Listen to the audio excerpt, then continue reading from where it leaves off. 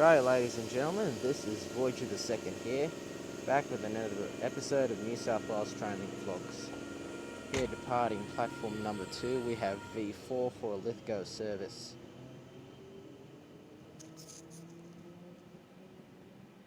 Zig Zag vlogs, this is requested by Oxolix. Just him. Just a quick pan around Zig Zag station. There's mountains over there. Just a cliff there. It's currently raining at the moment.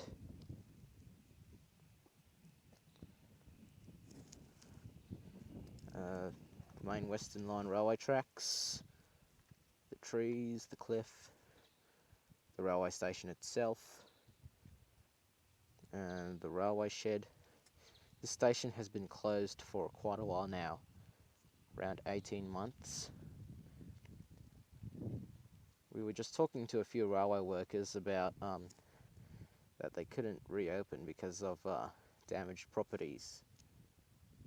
So just want to say, please donate to zigzagrailway.org to support the Zig Zag Railway Company to reopen the tourist railway destination once again.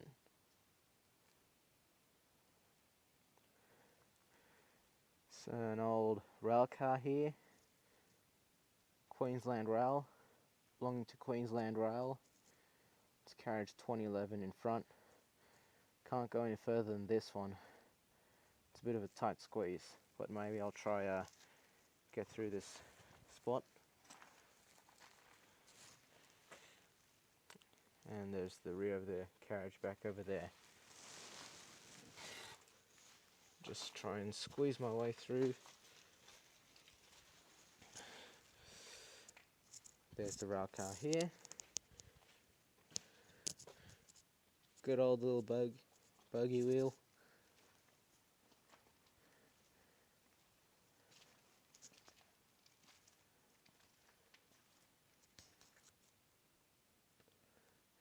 And it's a 3 cars are preserved right here. Nice to read here. The Rat Holes was a name given to the 10 tunnels that replaced the Great Zig Zag Railway. Here is a description from the driver of a 1.1 ton Sydney bound freight. Is it? No, it's 1100 ton Sydney bound freight train, headed by a 232 ton 57 class 4-cylinder 482 locomotive in the 1950s. The distant and oh gosh, there's a fly. Sorry. The distant and home signals for Zig Zag box are passed and the pilot engine is detached. You commence to move the train. Soon the battle of the rat holes commences with the 10 tunnels to negotiate. Numbers 1 and 10 being the worst, number 10 because of its length, and number 1 on account of the dampness, and you have to watch for engine slip. Ooh, that's horrible. You steam hard to keep up the momentum generated by the 57 class and push up engine for it. It is a smoky, hot, and busy 20 minutes run to Newnes Junction. In the tunnels, the exhaust noise from the 3 cylinders is deafening. The smoke thickens and the heat is overpowering. This is hell, you think. Still, in number 10 tunnel, you glance across the cab, but your mate has disappeared in the steam and smoke, and all you can see from him is his legs. Your mate reappears when you burst out of tunnel number 10. You cough and spit and are immensely thankful for the fresh air between the tunnels. You repeat this 10 times. The left image shows D53 and D57 class locomotives on a Sydney-bound freight train on Zig Zag Bottom Road, circa 1947. Just this one right here.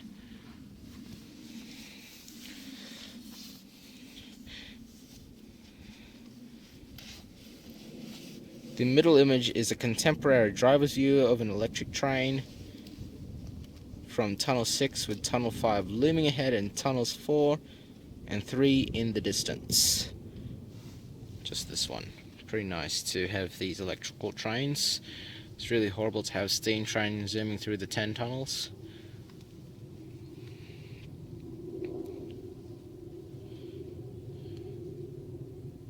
The right image shows a panoramic view of two D50 class with Sydney-bound train. Notice the Zig Zag number 2 viaduct in the background. So there's the viaduct in the background, right there. There are the two locos of Sydney-bound freight. Yeah, that's pretty much story about the 10 tunnels. It was probably quite a horrible rail project. 10 tunnels. The track that replaced the Zig Zag was opened on October 16th, 1910, with work having commenced on the 1st of June 1908. The 9-kilometre 10-tunnel double-track deviation has an easier gradient of 1 in 90, and it was built as an extension of Bottom Road, rejoining the original track at Newnes Junction, and is still used today. The photos show some of the works and working conditions endured by 1,500 workers. Clarence was the base camp for the construction and boasted a population of 3,000 in 1910. The tunnels vary in length from 79 metres for number 9 to 789 metres for number 10. Okay. For over 1 million bricks were used to line the tunnels, and over 750,000 metres of rock was removed from the project during construction. Just ahead of me is Bottoms Point railway station with some old cars and a signal box. This is the Bottoms Point signal box right here, and these two tracks were the original Zig Zag railway.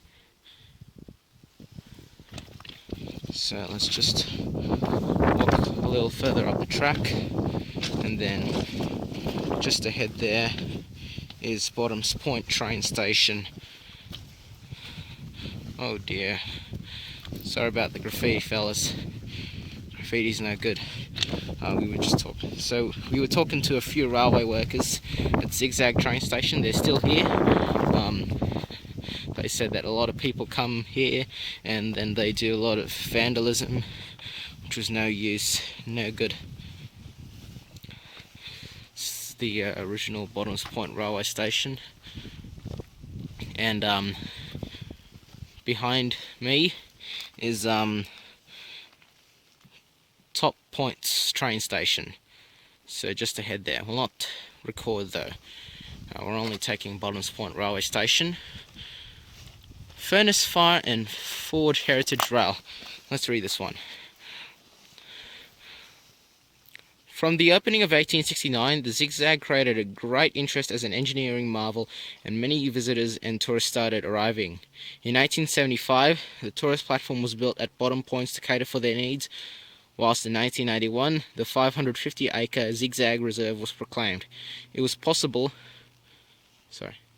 to visit the Zig Zag on a day trip by train, to have a picnic or a bushwalk, and return the same day. Two of the historic picnic sites are Rose Gardens and Cockerton. Both are still used by visitors for picnics. The Great Zig Zag closed in 1910, the rails were removed, and the old formation soon reverted to nature. By the 1930s, tourists began to visit by car, especially when a tourist road was built in 1936, linking the Zig Zag to Lithgow. It was possible to drive along the abandoned track bed all the way to bottom points. The situation continued through to the 1960s, with a bitumen road established. In 1969, the Zig Zag Railway Corporation was formed. Was it co-op? Just ahead of me is Bottoms Point railway station with some old cars and a signal box. This is the Bottoms Point signal box right here, and these two tracks were the original Zig Zag railway.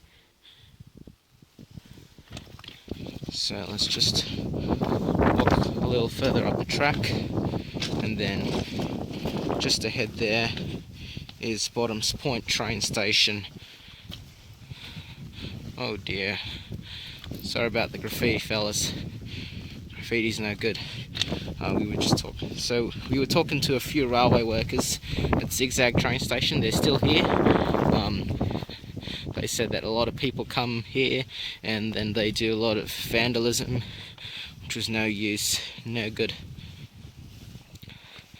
It's the original Bottoms Point railway station, and behind me is Top Points train station. So just ahead there. We'll not record though. We're only taking Bottoms Point railway station. Furnace Fire and Ford Heritage Rail. Let's read this one. From the opening of 1869, the Zig Zag created a great interest as an engineering marvel, and many visitors and tourists started arriving. In 1875, the tourist platform was built at bottom points to cater for their needs, whilst in 1981, the 550-acre Zig Zag Reserve was proclaimed.